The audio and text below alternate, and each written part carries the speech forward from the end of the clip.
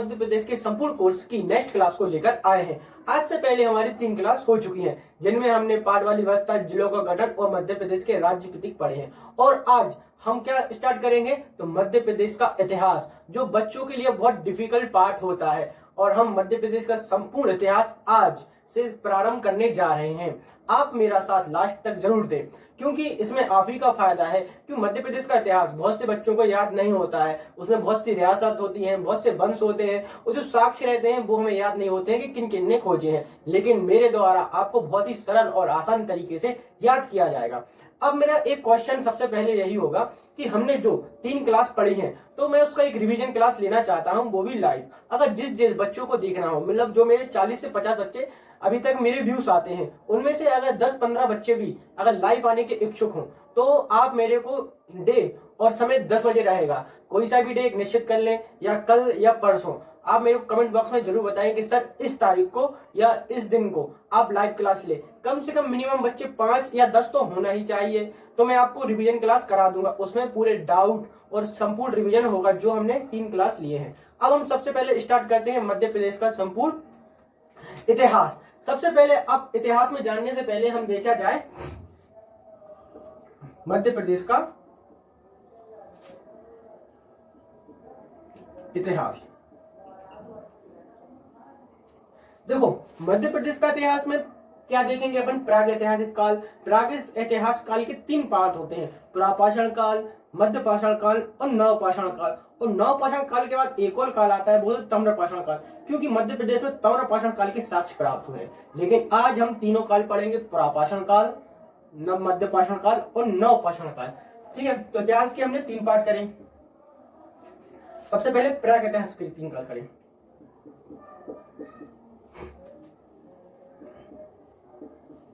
प्राग ऐतिहासिक काल कि हमने कितने पार्ट किए, 3 पार्ट किए।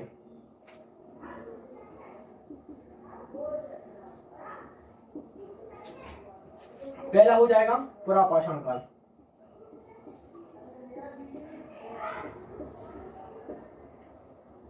दूसरा हो जाएगा मध्य पाषाण काल,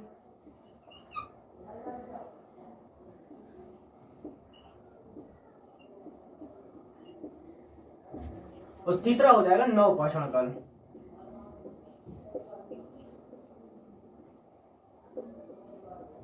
नवपाषाण काल। एक और काल रहेगा मध्य प्रदेश में, ताम्रपाषाण काल, वो उसको हम कल पढ़ेंगे। सबसे पहले इन तीनों कालों में जहां जहां से साक्ष्य प्राप्त हुए हैं, पुरापाषाण काल के साक्ष्य, मध्य पाषाण काल के साक्ष्य और नवपाषाण काल के साक्ष्य, इन तीनों कालों के साक्ष्य को आज हम याद करेंगे। कहां कहां से प्राप्त हुए, किस किस स्थान से प्राप्त हुए, किस किस नदी से, और इसकी किसने खोज की है, बहुत ही आसान तरीके से। तो वो बहुत सी किताबों में दिया रहता है, लेकिन हमको याद नहीं होता है। मेन पॉइंट हमारा याद करना कहाँ का रहता है, पेपर में। ये भी अपन 1-2 दिन याद कर लेते हैं, लेकिन भूल जाते हैं। लेकिन हमको भूलना नहीं है अगर आप मेरे साथ हैं। तो सबसे पहले हम किसको देखेंगे, पुरापाषाण काल को। इसको हम रफ कर देते हैं, तो पुरापाषाण काल की हेडिंग डालते हैं।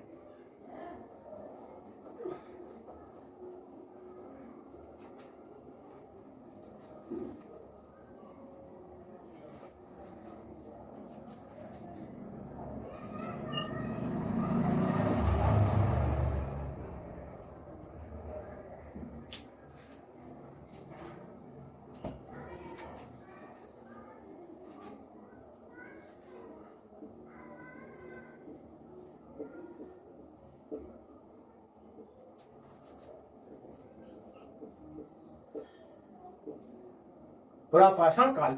अब सबसे पहले इंपॉर्टेंट ये रहेगा कि पुरापाषाण काल में किन किन नदियों के किनारे साक्ष्य प्राप्त हुए हैं। तो अपन नदी देख लें, अगर नदी देखें, नदियां, तो नदियों में सबसे पहले तो नर्मदा नदी के किनारे प्राप्त हुए हैं।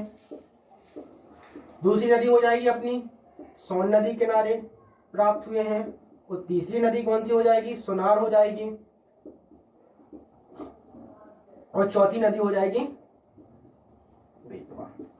इन 4 नदियों के किनारे पुरापाषाण काल के साक्ष्य प्राप्त हुए हैं। अगर प्रश्न पूछा जाता है कि पुरापाषाण काल के साक्ष्य इसमें से किस नदी किनारे प्राप्त नहीं हुए, तो नर्मदा, सोन, सोनार और बेतवा नदी किनारे प्राप्त हुए हैं। जो 5वीं नदी रहेगी या नदी, उसको हम आसान से पहचान सकते हैं। इसके बाद अपन देखा जाए स्थल, मतलब किस किस शहर या किस किस जिले से प्राप्त हुए हैं। सबसे पहला इंपॉर्टेंट जिला हो जाएगा कौन सा अपना, सीहोर।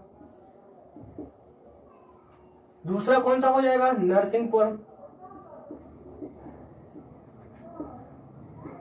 तीसरा कौन सा हो जाएगा अपना, रायसेन। और एक और कौन सा हो जाएगा, रायसेन पचमढ़ी और होशंगाबाद।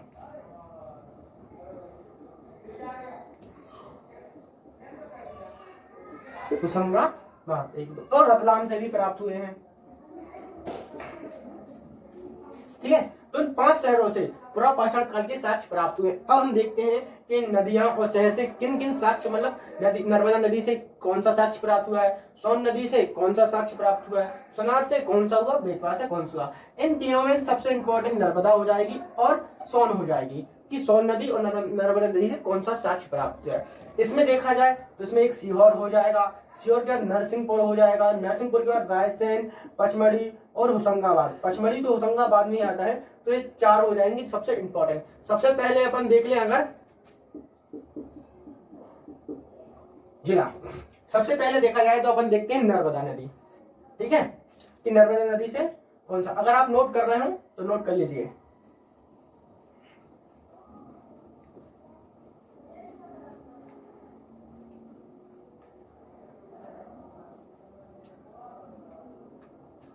नर्मदा नदी,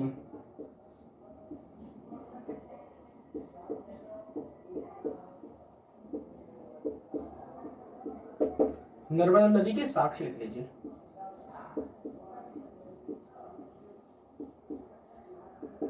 नर्मदा नदी के साक्ष्य। अब देखो सबसे इंपॉर्टेंट पॉइंट, नर्मदा नदी एक नदी हो गई, और दूसरा जिला उसमें कौन सा हो जाएगा, सीहोर। नर्मदा नदी के किनारे सीहोर बसा है। ठीक है, तो सीहोर के एक है हथनोरा, सीहोर जिले का एक है हथनोरा, हथनोरा। तो हथनोरा से एक मानव खोपड़ी प्राप्त हुई है, मानव खोपड़ी प्राप्त हुई है। अब जो सीहोर किनारे, मतलब नर्मदा नदी के किनारे सीहोर बसा है और सीहोर के पास हथनोरा है, तो हथनोरा से कौन सी खोपड़ी प्राप्त हुई, मानव खोपड़ी, इसलिए इसे नर्मदा मानव खोपड़ी के नाम से जाना जाता है। अब सबसे इंपॉर्टेंट पार्ट ये होता है कि इसकी खोज किसने की थी और किस सन में की थी। तो इसकी खोज सबसे पहले देखा जाए, पहले मैं आपको लिखा दूं फिर याद करा दूंगा। 5 दिसंबर 1982 में हुई थी। अब खोजकर्ता कौन हो जाएंगे, तो खोजकर्ता हो जाएंगे अरुण सोनकिया। अरुण सोनकिया। अब देखो याद कैसे किया जाए, मानव खोपड़ी अरुण सोनकिया, इसे याद कर लो। कोई अरुण नाम का मानव है और अपन ने उसको फोन किया तो वो नहीं उठाएगा ना, नहीं उठाएगा, कैसे, देखो मानव, तो अरुण तो कौन है, अरुण तो मानव है और अरुण को अपन फोन कर रहे हैं, वो जब उठा नहीं रहा तो अपनी तो खोपड़ी क्या खसक जाएगी, मतलब गुस्सा आएगा। किसी को अपन ने फोन लगाया, अपन मान लो आपका एक फ्रेंड अरुण है या मेरा फ्रेंड अरुण है, ठीक है, अरुण में अपन ने अरुण को हमने क्या किया, फोन किया, मतलब फोन किया या फोन किया। जब फोन करेंगे तो वो नहीं उठाएगा तो हमारी क्या खोपड़ी खसकेगी, मतलब मानव खोपड़ी।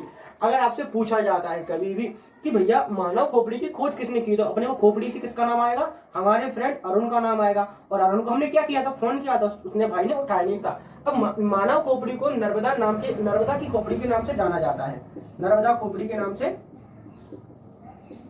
जाना जाता है।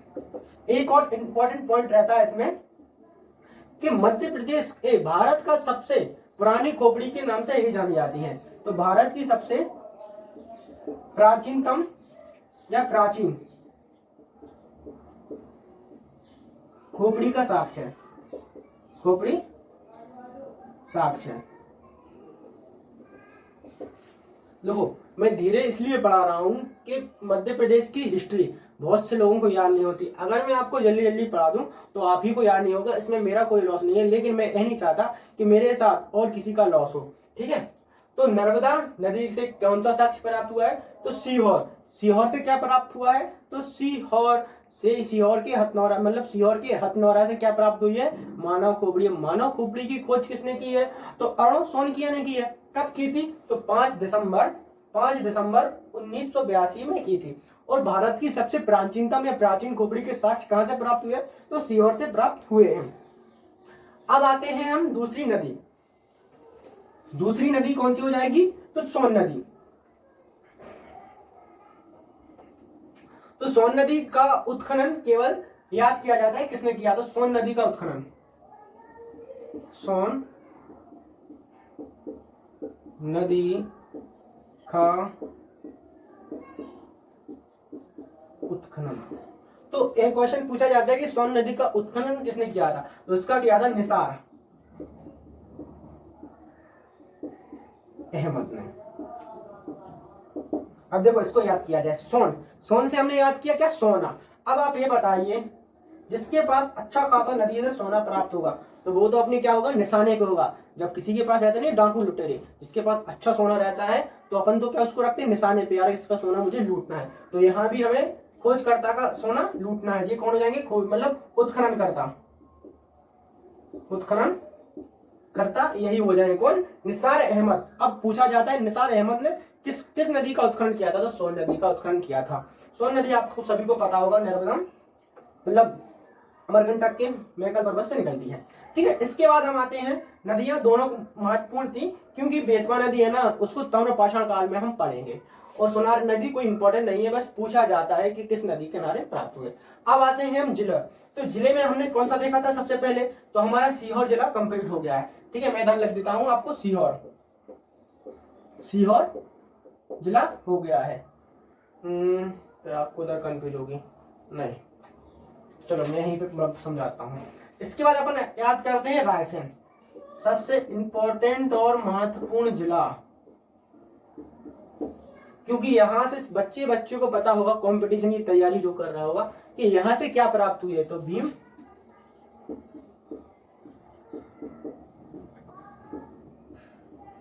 तो यहां भीमबेटका की गुफा है। भीमबेटका गुफा है, लेकिन भीमबेटका में बहुत सारे इंपॉर्टेंट पॉइंट है। आज हम सबसे पहले उनको याद करेंगे। सबसे पहले इसका खोजकर्ता। अब इसके खोजकर्ता हम बहुत कंफ्यूज जाते हैं कौन है, तो इसके खोजकर्ता कौन आएंगे? विष्णु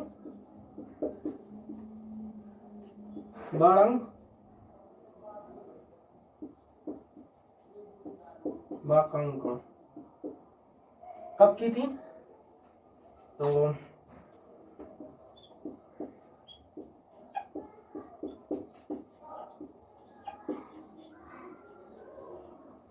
किसने की थी? विष्णु वाकांकण ने की थी। कब की थी? तो 1957-58 में की थी। अब सबसे पहले एक हो गया कि भीमबेटका गुफा से कौन से काल के साक्ष्य प्राप्त हुए हैं? तो पुरापाषाण काल के साक्ष्य प्राप्त हुए हैं। और क्या प्राप्त हुआ है? पुरापाषाण काल और प्रागैतिहासिक काल की सबसे महत्वपूर्ण गुफा होती है कि जो भीमबेटका गुफा में जो चित्रांकन है ना, वो भारत की सबसे प्राचीनतम चित्रांकन है। क्या हो जाएंगे? जो भारत के भीमबेटका गुफा में जो चित्र प्राप्त हुए ना, वो सबसे पुरानी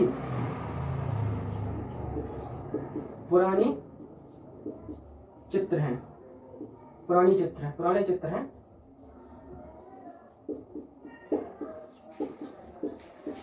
चित्रों के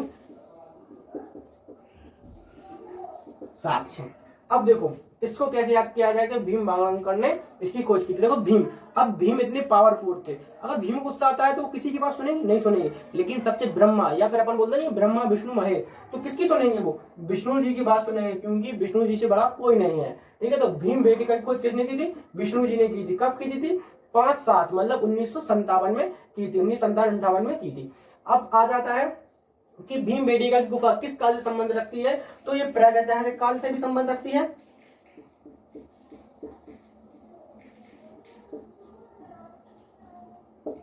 पुरापाषाण काल से भी संबंध रखती है।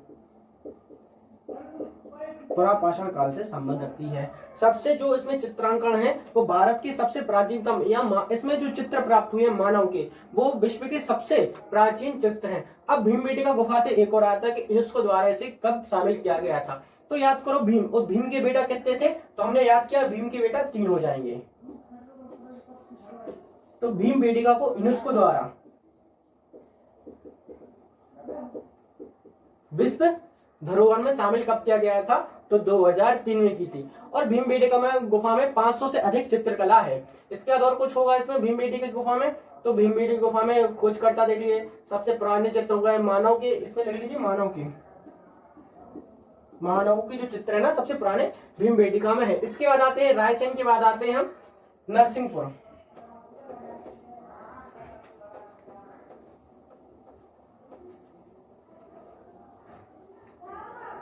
कौन सा जिला हो जाएगा?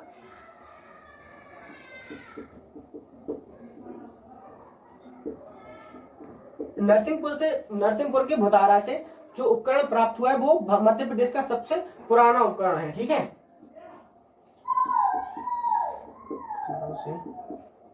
एक उपकरण प्राप्त हुआ है जो कि मध्य प्रदेश का सबसे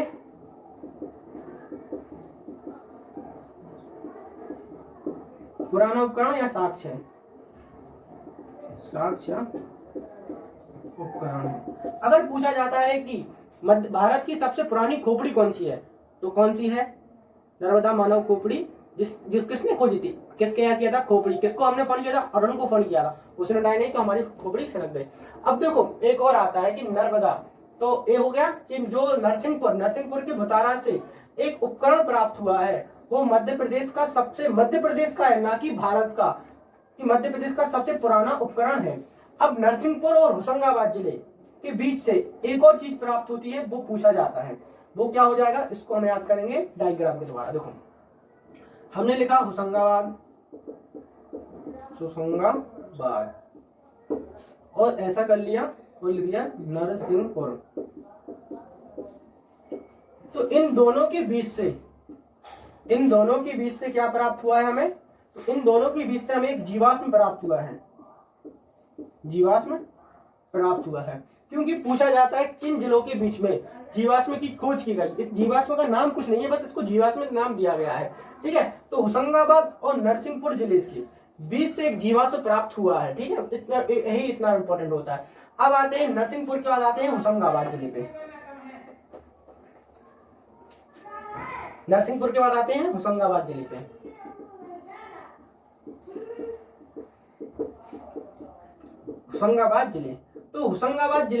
होशंगाबाद जिले में आदमगढ़ की गुफा भी प्राप्त हुई है, लेकिन वो मध्य पाषाण काल में है, तो उसको हम वहां पढ़ेंगे। क्योंकि वहां अगर मैं इधर पढ़ा दूंगा तो आप कंफ्यूज हो जाओगे, इसलिए मैं वहां पढ़ाऊंगा और उनको समझाऊंगा कि यार उनको वहीं मध्य पाषाण काल में क्यों रखा गया। तो होशंगाबाद जिले में कौन सी पचमढ़ी गुफा है?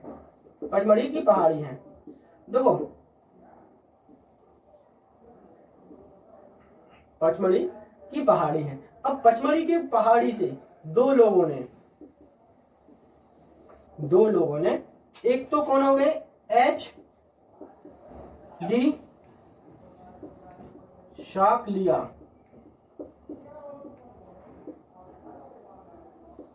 और एक और हो जाएंगे सुपेकर। इन दोनों ने करीब 860 औजार की खोज की है। और 860 औजार है ना, वो बहुत सूक्ष्म किस्म के हैं। और सूक्ष्म किस्म को मतलब जो मध्य पाषाण काल में बहुत सारे छोटे छोटे औजार प्राप्त हुए थे, उन्हें सूक्ष्म औजार भी कहा जाता था। तो ये बहुत सारे सूक्ष्म औजार है, लेकिन जो पुरापाषाण काल के साक्ष्य होंगे। ठीक है, तो होशंगाबाद अपना हो जाएगा। हाँ, तो पुरापाषाण काल पढ़ने के बाद अब आते हैं मध्य पाषाण काल पे। मध्य पाषाण काल। अब मध्य पाषाण काल के कुछ इंपॉर्टेंट पॉइंट है, सबसे पहले हम उसको देख लें। जो प्राग ऐतिहासिक काल का कीड़ा स्थलीय किस काल को कहा जाता है? तो मध्य पाषाण काल को क्या कहा जाता है? कीड़ा स्थलीय मध्य पाषाण को कहा जाता है। किस काल का? तो प्राग ऐतिहासिक काल का।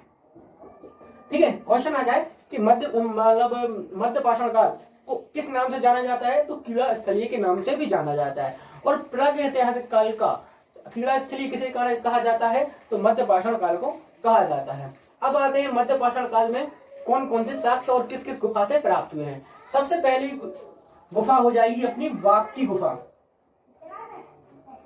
कौन सी गुफा हो जाएगी? वाघ की गुफा। वाघ की गुफा। तो बाघ की गुफा किस जिले में है? तो बाघ की गुफा सभी को पता होगा धार जिले में है। बाघ की गुफा धार जिले में है। अब लेकिन इसकी खोज किसने की थी? तो इसकी खोज की थी, पहले मैं लिखा दूंगा फिर इसको याद कराऊंगा, डेंजरफील्ड ने।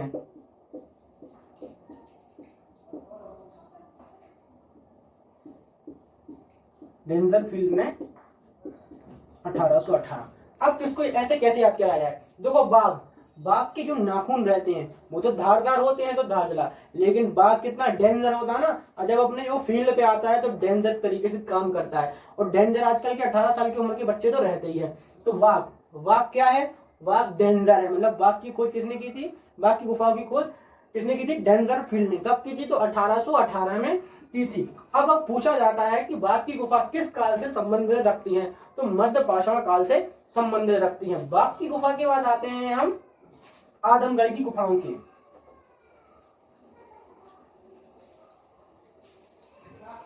बाघ की गुफा में वर्तमान में 5 गुफा मतलब शेष बची है, ठीक है। और जब हम गुफाएं पढ़ेंगे तो हम सभी गुफाओं को अच्छे से और सरल तरीके से याद करेंगे। अब आते हैं हम दूसरी गुफा। दूसरी गुफा कौन सी हो जाएगी? आदमगढ़ की गुफा। आदमगढ़ की गुफा। आदमगढ़ गुफा देखो, यह गुफा कहाँ पे है? तो यह गुफा होगी होशंगाबाद में।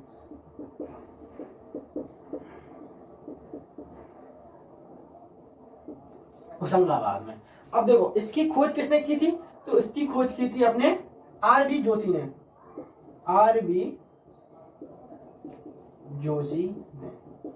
देखो अब इसको हम याद करते हैं कैसे। अब आपको पता है आजकल का आदमी क्या है? होशियार तो है, और वो होशियारी में हर काम कैसे कर देता है? जो जोश में करता है कि नहीं करता है। देखो लिंक के माध्यम से हम कुछ भी याद कर सकते हैं, बस हमें पता हो कि लिंक सरल होनी चाहिए। जैसे आदमी क्या रहता है? होशियार रहता है, ठीक है। और वो हर काम कैसे करता है? आजकल जोश में करता है, मतलब आर.बी. जोशी ने। तो हो गया। अब इसके साक्ष्य देखो, यहां से करीब 25,000 से अधिक, तो 25,000 से अधिक सूक्ष्म साक्ष्य प्राप्त हुए हैं। सूक्ष्म साक्ष्य प्राप्त हुए, सूक्ष्म साक्ष्य, लघु साक्ष्य प्राप्त हुए हैं। और इन सूक्ष्म साक्ष्य को क्या किया गया? हमने क्या कहा? तो इनको इंग्लिश में हमने कहा माइक्रोलिथ।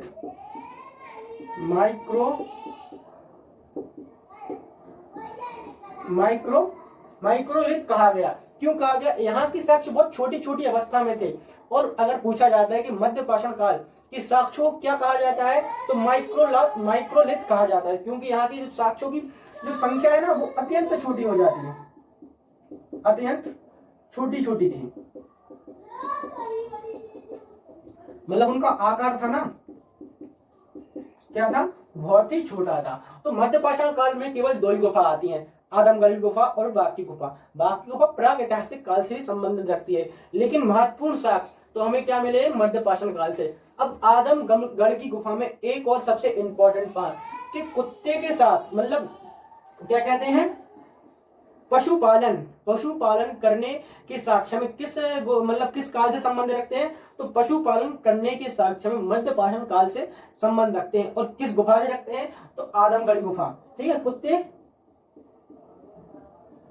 के पालन के साक्ष्य। देखो अब आदमी ही तो कुत्ता पालेगा कि नहीं पालेगा? तो कुत्ते पालन के साक्ष्य किस काल के संबंध रखते हैं? तो मध्य पाषाण काल के संबंध रखते हैं। और आदमगढ़ की गुफा से कुत्ते के पालने के साक्ष्य हमें प्राप्त हुए थे। कुत्ते के दफनाने के साथ नहीं, कुत्ते के साथ कुत्ते को पालने के साथ। कुत्ते को केवल पाला जाता था, ना कि उसमें दफनाया जाता। दफनाया कहा जाता था? रोपड़ याद है अगर आपको? अब मैंने सिंधु घाटी सभ्यता में कुछ याद करा था। रोपड़। अपन रोते कब हैं? रोते हम जब यज्ञ होता है, मतलब यज्ञ दत्त शर्मा। और किस नदी पे हो जाएगा? और ये आप मेरे को कमेंट बॉक्स में बताना। अगर आपने मेरी सिंधु घाटी सभ्यता वाली वीडियो नहीं देखी तो बहुत शॉर्ट ही तरीके से तो एक बार जरूर देखना, ठीक है। ये मेरे उसके लिए नहीं है कि मैं बोल रहा हूँ, मैं आपके लिए बोल रहा हूँ। ठीक है, तो मध्य पाषाण काल में केवल 2 गुफाएं देखी। इसके बाद आते हैं हम कौन सी गुफा पे, मतलब कौन से काल पे, नव पाषाण काल। बहुत ही इंपॉर्टेंट काल हो जाएगा। ठीक है,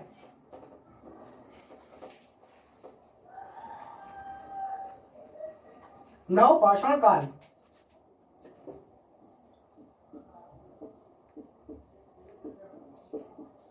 नव पाषाण काल। अब नव पाषाण काल किन किन जिलों से इसके साक्ष्य प्राप्त हुए हैं, तो हम वो देखते हैं। सबसे पहले होगा, हम जबलपुर को याद करेंगे। इसके बाद भोपाल को याद करेंगे, दमोह भी होगा, और भोपाल, दमोह, और कौन सा हो जाएगा नव पाषाण काल में। पहले इन तीनों को देखते हैं। ठीक है, भोपाल, दमोह। ठीक है, तो हाँ, जबलपुर। देखो जबलपुर में सभी को पता है क्या है, तो भेड़ाघाट है। ऐसे समझा दिया, वैसे समझा दिया जाए, वो सही रहेगा। ठीक है, तो जबलपुर।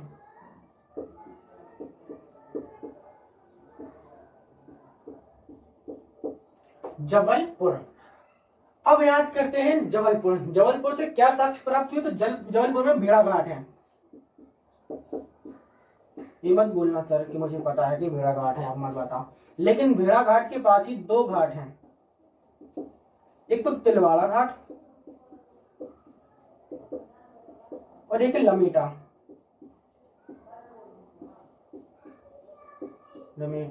घाट। इन दोनों से क्या हुए हैं, नव पाषाण काल के साक्ष्य प्राप्त हुए हैं। कहां से, जबलपुर से क्या प्राप्त हुए, नव पाषाण काल के साक्ष्य प्राप्त हुए हैं। नव पाषाण काल के साक्ष्य प्राप्त हुए हैं। और इंपॉर्टेंट पॉइंट, मानव बस्ती के साक्ष्य कहां से प्राप्त हुए हैं, तो जबलपुर के भेड़ाघाट से प्राप्त हुए हैं। क्या मानव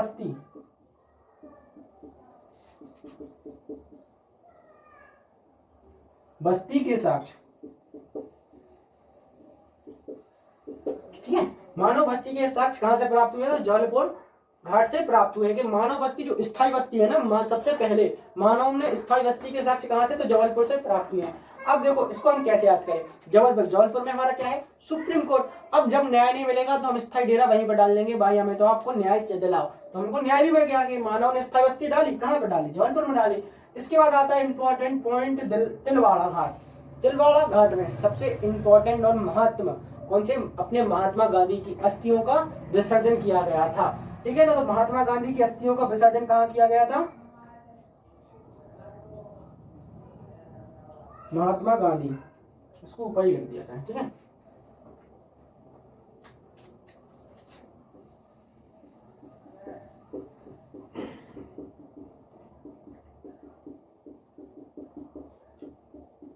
अस्थियों का विसर्जन तिलवाड़ा घाट में किया था। और कैसे किया था, अच्छे से लपेट के किया था। मतलब मेरा सिंपल से याद करने का तरीका कि गांधी जी का दिल से याद करो, दिल। अब जिसका दिल बड़ा होगा वहीं तो उनको अपन विसर्जन करेंगे। तो महात्मा गांधी जी की अस्थियों का विसर्जन किस घाट में किया था, तिल से याद किया अपन ने, दिल मतलब तिल वाला घाट में किया था। अब दूसरा जिले पे आते हैं, भोपाल। ठीक है,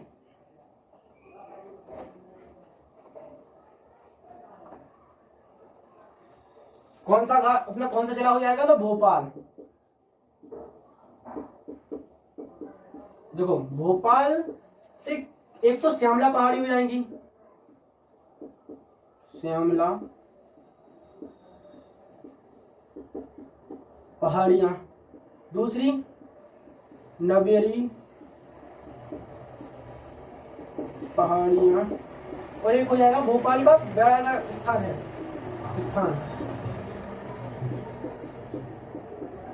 बेड़ागढ़ स्थल है। अब देखो जो श्यामला पहाड़ी और नवेरी पहाड़ी, इन दोनों से जो प्राप्त हुए हैं ना, वहां पे खांचेदार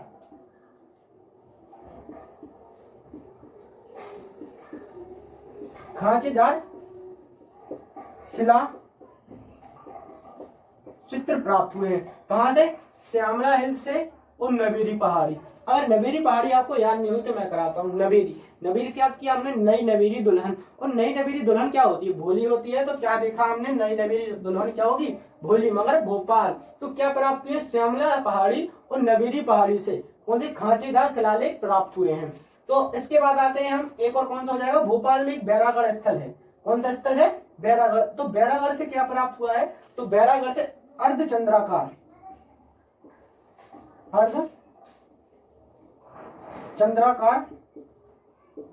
के साक्ष्य प्राप्त हुए हैं, मतलब चित्रों के साक्ष्य प्राप्त हुए हैं। ठीक है, मैंने बोला था चंद्राकार क्या है। तो बैरागढ़, जो बैरागढ़ कहाँ हो जाएगा? तो बैरागढ़ हो जाएगा भोपाल में। ठीक है, तो वहां से क्या प्राप्त हुए हैं? तो अपने अर्धचंद्राकार के साक्ष्य प्राप्त, मतलब जो चित्र रहते हैं तो अर्धचंद्राकार टाइप के बना दिए जाते हैं। इसके बाद आते हैं भोपाल होने के बाद आते हैं दमोह।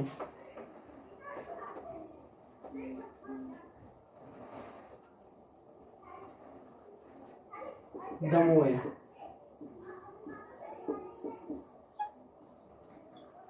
अब दमोह से क्या प्राप्त हुआ है? दमोह के संग्रामपुर से 1866 में, यहां से भी नवपाषाण काल के शिलाचित्र प्राप्त हुए हैं। शिलाचित्रों की क्या हुई है? तो प्राप्ति हुई है। ठीक है, तो क्या देखा अपन ने? दमोह से क्या हो जाएंगे? तो शिलाचित्रों की प्राप्ति हुई है। तो नवपाषाण काल में हमने कितने? 3 जिले देखे थे, जबलपुर, भोपाल और दमोह। ठीक है, तो ये 3 हो गए। तो हमारा क्या होता है? तो प्रागैतिहासिक काल में जो 3 इतिहास काल पढ़े थे ना हमने, वो आज हमने कंप्लीट कर लिए हैं। ठीक है, इसके बाद हमारा कौन सा? ताम्रपाषाण काल बचता है। और ताम्रपाषाण काल कल की क्लास में हम पढ़ेंगे, जो अगली नेक्स्ट क्लास होगी ना उसमें पढ़ेंगे। एक बार हम छोटा सा रिवीजन कर लेते हैं जो अभी तक मेरे साथ जुड़े हैं। सबसे पहले हमने क्या देखा था? तो सबसे पहले हमने देखा था प्रागैतिहासिक काल। प्रागैतिहासिक काल को हमने कितने भागों में बांटा था? तो 3 भागों में बांटा था। ठीक है, पुरा, मध्य और नव। ठीक है, तो पुरापाषाण काल से हमने कहां से प्राप्त हुए थे? तो नर्मदा से प्राप्त किए थे। ठीक है, सोन से प्राप्त किए थे, सोनार से प्राप्त किए थे और बेतवा नदी से प्राप्त किए थे। ठीक है, इसके बाद हमने क्या देखा? तो नर्मदा के सीहोर से क्या प्राप्त किया था? सीहोर के हथनौरा से क्या प्राप्त किया था? मानव खोपड़ी की खोज किसने की थी? मानव कौन था? हमारा फ्रेंड अरुण हो जाएगा। अरुण सोनकिया कब की थी? 1862 में। इसके बाद हमने देखा था कहां से? इसके बाद अपना नरसिंहपुर हो जाएगा। ये नदी नहीं है तो आप सोचो नरसिंहपुर। तो नरसिंहपुर जिले से हमने क्या प्राप्त किया? तो नरसिंहपुर जिले से हमने एक भोतारा नाम से एक उपकरण प्राप्त किया था। भोतारा से उपकरण, जो मध्य प्रदेश का सबसे पुराना उपकरण हो जाएगा। ठीक है, इसके बाद हमने देखा था नरसिंहपुर और होशंगाबाद के बीच में क्या प्राप्त किया था? एक जीवाश्म प्राप्त किया था, जीवाश्म की प्राप्ति की थी। इसके बाद नरसिंहपुर से कौन सा हो जाएगा? तो होशंगाबाद की क्या? पचमढ़ी पहाड़ी से क्या प्राप्त किया था? तो पचमढ़ी पहाड़ी से किन 2 लोगों ने? एक तो HD साकलिया और एक सुब्रेकर बंधु ने करीब 860 औजार की खोज की थी, औजारों की खोज की थी। पचमढ़ी, होशंगाबाद और नरसिंहपुर हो गया। ठीक है, और कहा? रायसेन भीमबेटी का। अब भीम किसकी बात सुनते हैं? तो विष्णु की बात। तो विष्णु वाणकर ने इसकी खोज 57 में की थी। भीम के कितने पुत्र थे? 3 पुत्र थे, तो इसलिए इनको यूनेस्को द्वारा विश्व धरोहर में शामिल किया गया था। ठीक है, इसके बाद हमने देखा कौन सा? मध्यपाषाण काल से हमने कितने साक्ष्य देखे? तो 2 साक्ष्य देखे।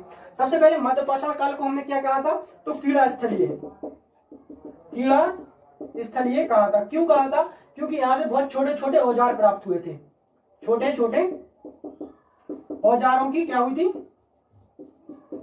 प्राप्ति हुई थी। और इन औजारों क्या कहा गया? माइक्रोलिथ कहा गया। ठीक है, इसमें हमने कितनी गुफा देखी थी? एक तो बाघ की गुफा देखी थी और एक कौन सी देखी थी? एक देखी थी हमने आदमगढ़ की गुफा। और आजकल का आदमी कैसा है? होशियार मतलब होशंगाबाद हो जाएगा। और क्या करता है? जोश में काम, मतलब RB जोशी इसकी खोजकर्ता हो जाएंगे। आदमगढ़ की गुफा से ही क्या कुत्ते के साक्ष्य मिले थे, मतलब कुत्ते को, मतलब मानव द्वारा पशुपालन, और सबसे पहले पशु कौन सा पाला गया था, कुत्ता पाला गया था। बाग की गुफा कहाँ है, तो डेंजर फील्ड धार में हो जाएगी। कहाँ पे, डेंजर फील्ड ने कब की थी, 1818 में। ठीक है, दोनों थे। इसके बाद हमने देखा नवपाषाण काल।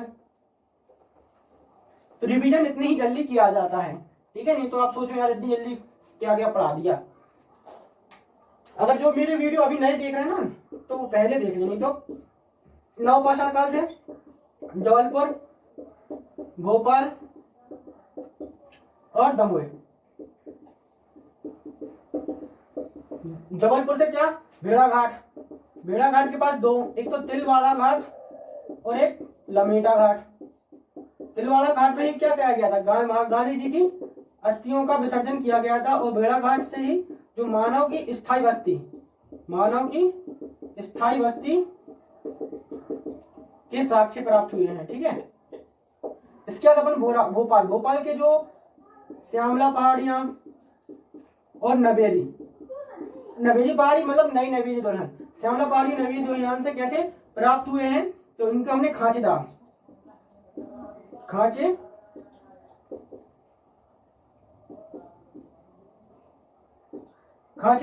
शिलालेख प्राप्त हुए। भोपाल के कौन से, संग्रामपुर, भोपाल का संग्रामपुर है, वहां से 1866 में नवपाषाण काल के साक्ष्य प्राप्त हुए हैं। तो हमने इन तीनों आज प्रागैतिहासिक काल के तीनों कालों को देखा है, ठीक है, और उनको जाना है। वीडियो थोड़ी लंबी है, लेकिन आप मेरे साथ अंत तक बने, जो भी अभी तक अंत तक बना रहा है उनके लिए धन्यवाद। अगर आपको वीडियो अच्छी लगी हो तो लाइक, कमेंट एंड सब्सक्राइब जरूर करें। धन्यवाद।